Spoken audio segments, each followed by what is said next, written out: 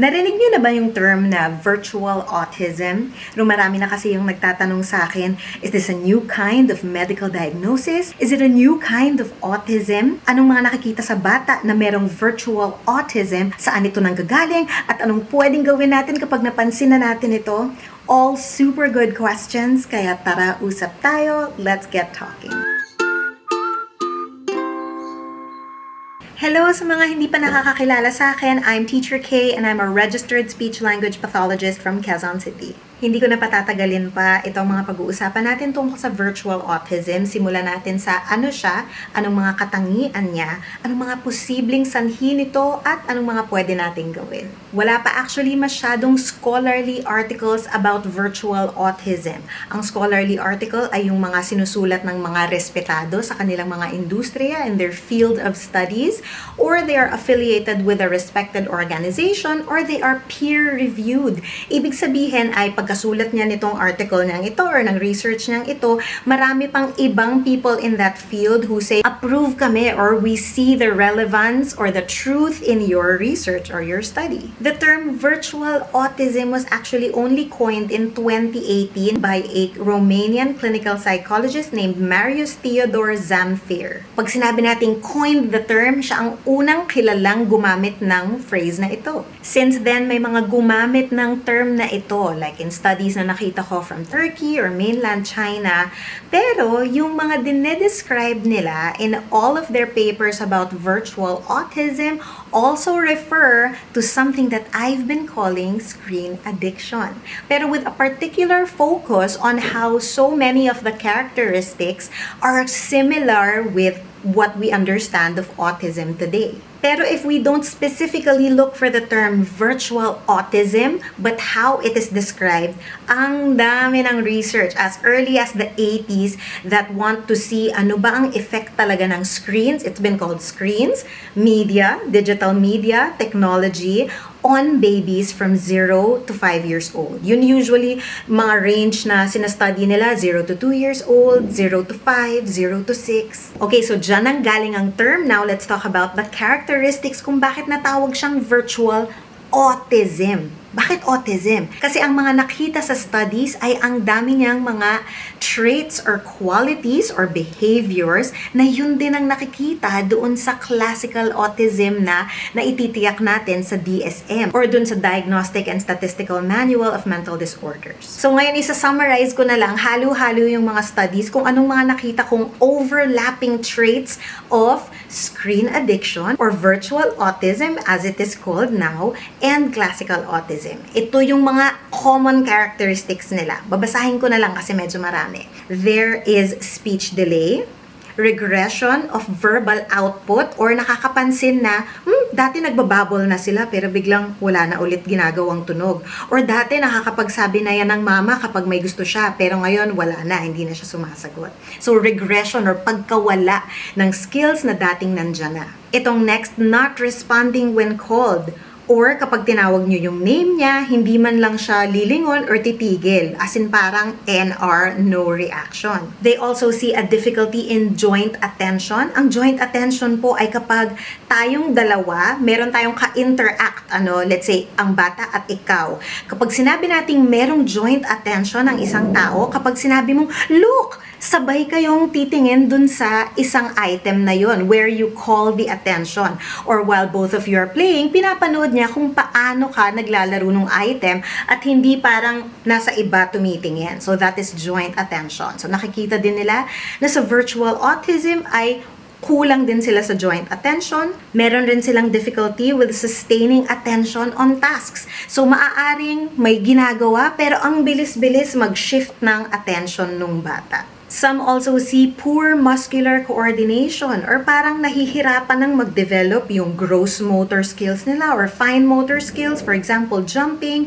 or having a specific grip on a toy. Nung talagang mahahawakan nila, makakalikot nila yung mga bagay, hirap sila doon. At ito yung I think, naging unang sign na meron siyang similarity with our classic understanding of autism is repetitive movements. Yung parang dumadalas na nagro-rock yung baby, or makikita nyo na kapag masaya siya or excited siya, magfa-flap siya ng hands. So nakakakita rin tayo nito in virtual autism. Ito din madalas na nare-report sa mga may screen addiction ay yung anxiety or irritability. Yung konting magbago yung routine, increase in meltdown. Mas lalo kapag tinanggal yung screens. Para bang hirap na silang mabuhay nang wala yung kanilang gadgets. Ito din yung madalas, yung either scripted or parang ang repetitive ng speech nila and limited yung mga nasasabi nila to reciting yung mga numbers, alphabet, or yung mga lines ng dialogues ng napapanood nila. May mga nakakapansin rin ng use of other voice. Yung parang bang alam natin na ang regular voice nila ay ganito, kunyari ganito, pero ang ginagamit nila ay na parang may ginagayang mga character dun sa napapanood nila. And other behaviors are disinterest in toys or disinterest in human interaction. And a very important characteristic is para bang sobrang discomfort, uncomfortable sila kapag they have to be in social interactions. So let me just give you a minute to really absorb and check in with all the qualities that I just described to you. Kung may napapansin kayong ganito sa mga babies nyo or children nyo from 0 to 5 years old, ayan, listen up because we're gonna get to bakit kaya nagkaganito at anong pwede nating gawin. Okay, so ilan sa mga nakitang factors ng mga batang nakitaan ng virtual autism or ng screen addiction ay kapag yung ginagamit ang gadgets para i-distract yung bata, as in, may kailangan akong gawin, so bibigyan ko muna siya ng gadget. Or yung mga gumagamit ng gadgets para pangpakalma ng bata, o wag ka nang umiyak, ito na yung screen. Or yung ginagamit yung gadget para i-entertain yung bata, especially during meal times. So a lot of parents na yung anak nila may virtual autism, kiniklaim na para lang po mas magana sila kumain, binibigyan po namin sila ng screens. And the fourth factor, which is something new to me kasi kasama siya in a local Filipino study on children and screen use, is technoference. I don't know if they coined this term, pero dito ko lang narinig ito, which is the day-to-day disruptions of devices on our interactions. Dinedescribe nila ang technoference as, for example, in a regular conversation, hindi na nagtitinginan yung mga tao. Lahat ng tao, tumutungo, parang nakikinig naman, pero they're actually looking at their cell phones. Nakikita nila that it affects how parents can be readily available for their children's attempts to communicate.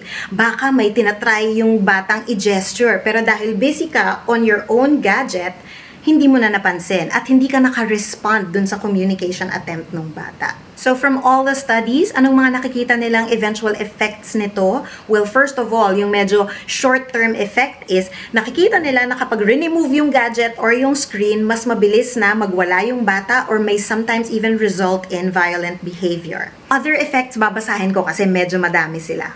So it says here that in young children, they saw higher risks for developmental delays, attention problems, nasabi ko na yan, poorer academic performance. As in later on, kapag naging school age na sila, they also don't perform as well as their peers. May nakikita din tayong long-term effects of having psych problems, mood disorders, anxiety, depression, and overall, a lower quality of life. Okay, so bakit naman ito nangyayari? Doon sa previous video ko about the science of screen time, I already gave the factors na parang the screen is like a drug. It does something to the hormones of a person. Kaya parang they get addicted to it and thus resulting in characteristics of virtual autism. Children from 0 to 2 years old are in a sensory motor phase of their life. Meaning that they learn best when they can use their bodies and their senses, experiential learning. And so if we think that they can learn from screens just as well, it's actually disproven from 0 to 2 years old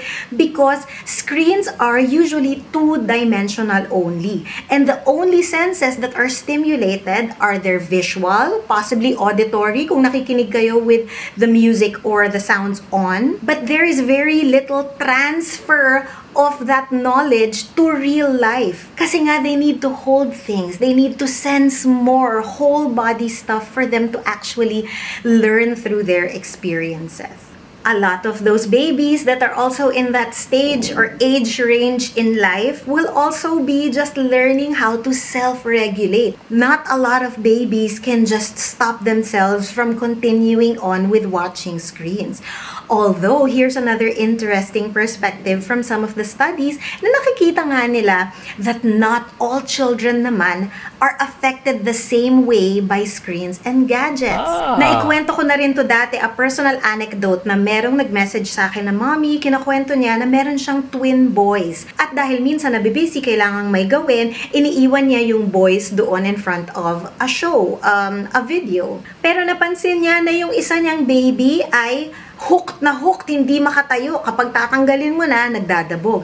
Pero yung isa niyang boy, minsan hindi pa tapos yung video, mag-isa nang magsiseek out ng toys on his own. Tapos yun, maglalaro na lang siya katabi ng kapatid niya. So makikita natin, hindi naman talaga lahat na-addict. Hindi naman lahat makakakita tayo ng virtual autism characteristics. Pero kung lumapit ka sa akin, already saying, teacher, merong ganitong akong napapansin doon sa anak ko, kailangan na nating mag-isip kung anong kailangan kayang, what is a better choice for us to make moving forward. So having talked about all those factors and all that research, anong nakikitang major difference from virtual autism and real autism? And if you don't have any background pa at all about autism, I have an entire playlist dedicated to autism. You can find it in the tab on my YouTube channel. So the main thing na nakita nila ay kapag tinanggalan ng screens, so zero gadgets, zero screen time yung mga bata na nakakakita sila ng traits of virtual autism,